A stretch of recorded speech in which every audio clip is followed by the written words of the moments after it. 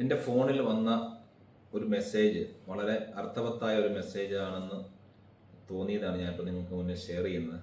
കേരളത്തിലെ ഒരു മരണ വീട്ടിൽ കേട്ട സംഭാഷണം എന്ന ഹെഡിങ്ങിലാണ് ആ മെസ്സേജ് വന്നത്.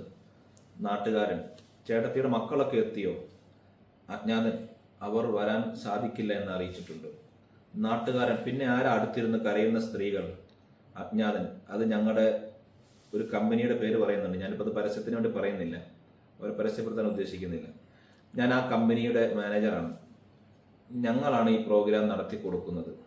നാട്ടുകാരൻ: പ്രോഗ്രാമോ? അജ്ഞാതൻ: അതെ സാർ, വിവാഹം, മരണവും ആളുകൾ കൂടുന്ന എല്ലാ ചടങ്ങുകളും ഞങ്ങൾക്ക് പ്രോഗ്രാമാണ്. ഇത് കളർഫുള്ളാക്കി നടത്താൻ എത്ര പേരെ വേണമെങ്കിലും ഇറക്കാൻ ഞങ്ങൾക്ക് കഴിയും. ഇവിടെ ഇപ്പോൾ 100-ൽ കൂടുതൽ ആളുകളെ ഞങ്ങൾ ഇറക്കിയിട്ടുണ്ട്. നാട്ടുകാരൻ: ആരാണ് നിങ്ങളിത് ഏൽപ്പിച്ചത്? അജ്ഞാതൻ: അവരുടെ മക്കളാണ് സാർ. കാനഡയിൽ നിന്ന് നെറ്റ് വഴി കഴിഞ്ഞ വർഷമാണ് അവർ ഞങ്ങളുടെ സേവനത്തിന് രജിസ്റ്റർ ചെയ്തത്. നാട്ടുകാരൻ: അതിന് കഴിഞ്ഞ വർഷം ചേട്ടത്തിക്ക് അസുഖമൊന്നും ഇല്ലായിരുന്നല്ലോ? അജ്ഞാതൻ: ഉണ്ടാവണമെന്നില്ല സാർ. 60 വയസ്സ് കഴിഞ്ഞവർക്ക് നേരത്തെ ബുക്ക് ചെയ്യുന്നതാണ് നല്ലത്. ഇതിപ്പോൾ ഞങ്ങൾക്ക് നന്നായി ഓർഗനൈസ് ചെയ്യാൻ സമയം കിട്ടി. നാട്ടുകാരൻ: എന്തൊക്കെയാണ് നിങ്ങളുടെ സേവനങ്ങൾ? അജ്ഞാതൻ: വിവരം അറിഞ്ഞ ഉടൻ ഞങ്ങൾ മൊബൈൽ മോർച്ചറി എത്തിക്കും. മരണവിവരം അറിയിക്കാൻ 50ഓളം ഫ്ലെക്സ് ബോർഡുകൾ നാട്ടിലെങ്ങും സ്ഥാപിക്കും. പന്തൽ, ഫോട്ടോ, വീഡിയോ, മൈക്ക്, കരയാനും മറ്റും ആളുകൾ ഒക്കെ ഞങ്ങൾ ഏർപ്പാട് ചെയ്തു. ഒറ്റയ്ക്ക് താമസിക്കുന്ന ഒരു വൃദ്ധ മരിക്കുമ്പോൾ ഇത്രയൊക്കെ സൗകര്യങ്ങൾ പെട്ടെന്ന് ചിന്തിക്കാൻ കഴിയുമോ സാർ? നാട്ടുകാരൻ: അവരുടെ ഭാഗ്യം. ഇനി എന്താണ് അടുത്ത പരിപാടികൾ? അജ്ഞാതൻ: വിലാപയാത്രയാണ് സാർ. 50 കാറുകൾ ഏർപ്പാട് ചെയ്തിട്ടുണ്ട്. നാട്ടുകാരൻ: ഇതിനൊക്കെ വലിയ തുക ഫീസ് നിങ്ങൾ വാങ്ങിക്കില്ലേ? അജ്ഞാതൻ: ഇല്ല സാർ. 3 പെൺമക്കളും അവരുടെ കുടുംബവും കാനഡയിൽ നിന്ന് വന്നിട്ട് പോകാൻ എത്ര തുകയാകും സാർ? കാലിഫോർണിയയിൽ ഉള്ള ഏക മകനും കുടുംബവും ഒന്ന് വന്നു പോകാൻ എത്ര ലക്ഷം രൂപയാകും സാർ? അതിന്റെ 4/1 പോലും ഞങ്ങൾക്ക് ഫീസ് വരില്ല സാർ. കഷ്ടപ്പാടുമില്ല. പെട്ടെന്ന് വിസ കിട്ടാനും ഫ്ലൈറ്റ് ടിക്കറ്റ് കിട്ടാനുമുള്ള ബുദ്ധിമുട്ടുകൾ സാറിന് അറിയില്ലേ? മാത്രമല്ല, കാനഡയിൽ ഇരുന്ന് ഈ പ്രോഗ്രാം അവർ നെറ്റ് വഴി കണ്ടുകൊണ്ടിരിക്കുകയാണ് ഇപ്പോൾ. പിന്നെ എന്ത് വേണം സാർ? നാട്ടുകാരൻ: നന്നായി. ചേട്ടത്തി തലചുറ്റി വീണ് മരിച്ചപ്പോൾ തന്നെ നിങ്ങൾ എങ്ങനെ ഈ വിവരം അറിഞ്ഞു? അജ്ഞാതൻ: അതാണ് സാർ ഞങ്ങളുടെ സർവീസ്. രജിസ്റ്റർ ചെയ്ത അന്ന് മുതൽ ഈ വീടും അതുപോലെ ചേട്ടത്തിയും ഞങ്ങളുടെ നിരീക്ഷണത്തിലാണ്. ഇവിടെ ഒരു ഈച്ച അനങ്ങിയാൽ പോലും ഞങ്ങൾ അറിയും. നാട്ടുകാരൻ: അപ്പോൾ ചേട്ടത്തിയുടെ മരണത്തിനായി നിങ്ങൾ കാത്തിരിക്കുകയായിരുന്നു? അജ്ഞാതൻ: സംശയം എന്താ സാർ? കമ്പനിയിൽ രജിസ്റ്റർ ചെയ്തിട്ടുള്ള 300-ൽ പരം പ്രായമുള്ള ആൾക്കാരെ അവര് പോലും അറിയാതെ ഞങ്ങളുടെ സ്റ്റാഫ് നിരീക്ഷിച്ചു കൊണ്ടിരിക്കുകയാണ് ഓരോ ദിവസവും. 65 വയസ്സ് കഴിഞ്ഞ നമ്മുടെ നാട്ടുകാരൻ പിന്നീടൊന്നും ചോദിക്കാൻ നിൽക്കാതെ പരിഭ്രമിച്ചു ചുറ്റും സംശയത്തോടെ നോക്കി സ്ഥലം വിട്ടു. കാരണം തൻ്റെ മക്കൾ എല്ലാം അമേരിക്കയിലും യൂറോപ്പിലുമാണല്ലോ. അവരും ഇങ്ങനെ വല്ലതും ഏർപ്പാടാക്കിയിട്ടുണ്ടാകുമോ എന്നോർത്താണ് അദ്ദേഹം അവിടെ നിന്ന് മാറിയത് എന്ന രൂപത്തിലാണ് ഒരു മെസ്സേജ് വന്നത്. വളരെ അർത്ഥവത്തായ, ഇപ്പോൾ ഇവിടെ നടക്കുന്ന സംഭവമാണ് ഈ മെസ്സേജിലൂടെ സൂചിപ്പിച്ചത്. പ്രത്യേകിച്ച് കോട്ടയം ജില്ലയിലാണ് ഞങ്ങളുള്ളത്.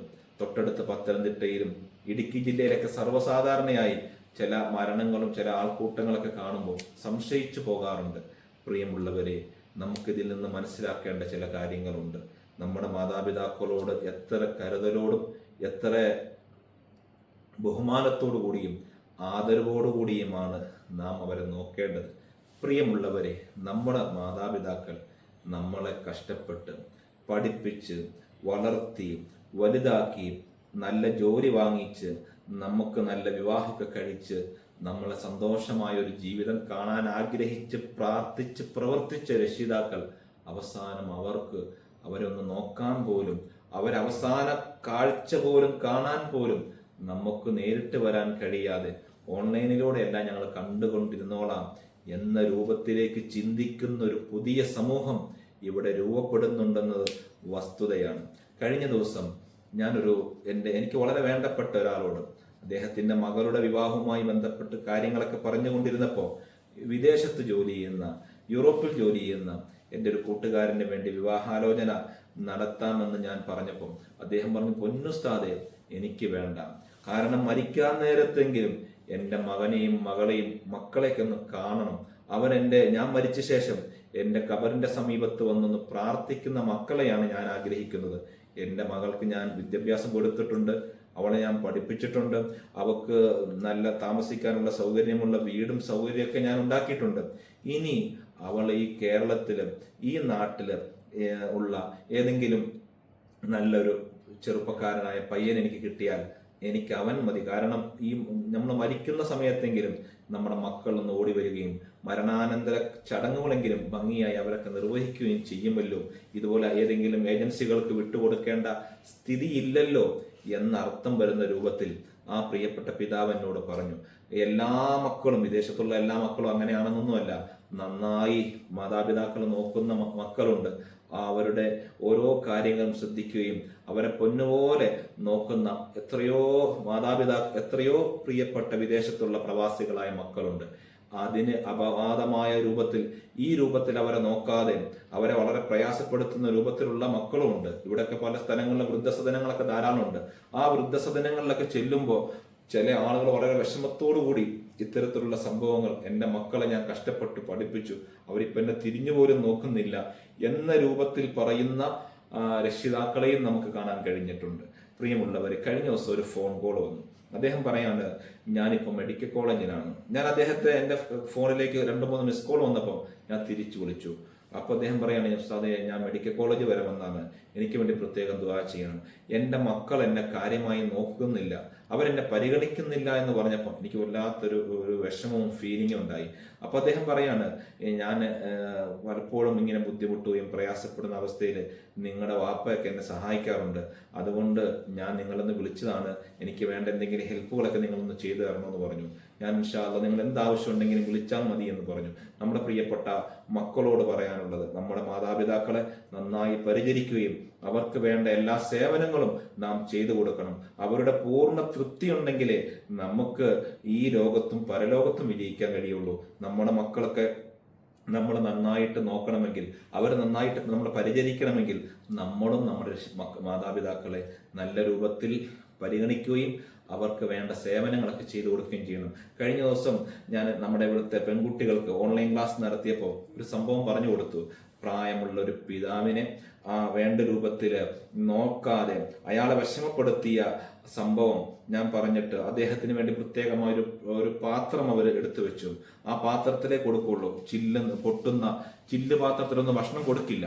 അപ്പൊ അങ്ങനെ ആ പാത്രം പിന്നീട് ഒരു ദിവസം ഈ കുട്ടി എടുത്തു വെക്കുന്നു. അപ്പൊ എന്തിനാ മണി ഈ പാത്രം നീ എടുത്തു വെക്കുന്നത് എന്ന് ചോദിച്ചപ്പോൾ, നിങ്ങൾ പ്രായമാകുമ്പോൾ നിങ്ങൾക്ക് തരാനാണ് എന്ന രൂപത്തിൽ ഈ കുട്ടി പറഞ്ഞ സംഭവം ഞാൻ ആ കുട്ടികളോട് പങ്കുവെച്ചിരുന്നു. അപ്പൊ നമ്മൾ എന്താണ് കാണിക്കുന്നത്, നമ്മൾ നമ്മുടെ മാതാപിതാക്കളോട് ഏത് സമീപനമാണ്, ഏത് രൂപത്തിലാണ് പെരുമാറുന്നത് എന്ന് നമ്മുടെ മക്കൾ നോക്കിക്കൊണ്ടിരിക്കുകയാണ്. നമ്മുടെ മക്കൾക്ക് നമ്മുടെ മാതാപിതാക്കളെ കുറിച്ച് ബഹുമാനവും ആദരവും അവരോടുള്ള സ്നേഹവും വളർത്തിയെടുക്കാൻ വീട്ടിലുള്ള മകനും മരുമകളും അതുപോലെ മരുമകനും എല്ലാം ശ്രമിക്കുകയും ചെയ്യണം. അള്ളാഹു നമ്മുടെ കുടുംബത്തിൽ സന്തോഷവും ഐക്യവും നൽകുമാറാവട്ടെ. മാതാപിതാക്കളുടെ പൂർണ്ണ തൃപ്തിയുള്ള നല്ല മക്കളായി അള്ളാഹു നമ്മളെല്ലാം അനുഗ്രഹിക്കട്ടെ. പലരും പറയാറുള്ള ഒരു സംഭവം, ഞങ്ങൾക്ക് സാമ്പത്തികമായി വലിയ പ്രയാസമാണ്, എന്ത് ചെയ്തിട്ട് ഞങ്ങൾക്ക് സാമ്പത്തികമായ അഭിവൃദ്ധി ഉണ്ടാകുന്നില്ല, കുടുംബങ്ങളിൽ പല പ്രശ്നങ്ങളും വന്നുകൊണ്ടിരിക്കുകയാണ്, അതുപോലെ മക്കൾ തമ്മിൽ കലഹിക്കുകയാണ്, നമ്മൾ ഉണ്ടാക്കി വെച്ച സമ്പത്തിന്റെ പേരിൽ തമ്മിലടിക്കുകയാണ്, പലപ്പോഴും ചില മാതാപിതാക്കളൊക്കെ കിടന്ന് നരകിക്കുകയാണ്, അവരെ നോക്കാൻ പോലും ആളില്ല, പക്ഷെ അവരുടെ സമ്പത്തിന് വേണ്ടി കടിപിടി കൂടുന്ന മക്കളെയൊക്കെ പുതിയ കാലത്ത് കണ്ടുകൊണ്ടിരിക്കുകയാണ്. അതുകൊണ്ട് നല്ല തിരിച്ചറിവോടുകൂടി, നല്ലൊരു ബോധത്തോടുകൂടി നമ്മൾ സമീപിക്കുകയും നമ്മുടെ മാതാപിതാക്കളെ നന്നായി പരിചരിക്കുകയും അവരെ തൃപ്തിപ്പെടുത്തുകയും ചെയ്യണം. അവരെ നല്ല രീതിയിൽ നോക്കുകയും പരിചരിക്കുകയും ചെയ്യുന്നവർക്ക് വലിയ പ്രതിഫലമാണ് പുണ്യപ്രവാചകൻ പഠിപ്പിച്ചിട്ടുള്ളത്. മാതാവിന്റെ കാൽ കീഴിലാണ് സ്വർഗമെന്ന് മുഹമ്മദ് നബി സല്ലല്ലാഹു അലൈഹി വസല്ലം ഞങ്ങൾ പഠിപ്പിച്ചിട്ടുണ്ട്. അത് ഈ സമയത്ത് പ്രത്യേകം ശ്രദ്ധിക്കണം. അതുപോലെ സ്വർഗത്തിലേക്കുള്ള നിങ്ങളുടെ കവാടം അത് നിങ്ങളുടെ പിതാവാണെന്ന് മഹത്തുക്കൾ പഠിപ്പിച്ചിട്ടുണ്ട്. അതുകൊണ്ട് മാതാപിതാക്കളുടെ പരിപൂർണ തൃപ്തിയും പൊരുത്തവും നേടിയെടുക്കാൻ നാം എല്ലാവരും ശ്രദ്ധിക്കണം. നമ്മുടെ മാതാപിതാക്കൾക്ക് അള്ളാഹു ആഫിയത്തും ആരോഗ്യവും ദീർഘായുസ് നൽകുമാറാവട്ടെ. അവരുടെ പൊരുത്തത്തിലായി അവരെ സന്തോഷിപ്പിച്ച് ജീവിക്കാൻ അള്ളാഹു നമുക്ക് അവസരം നൽകുമാറാകട്ടെ.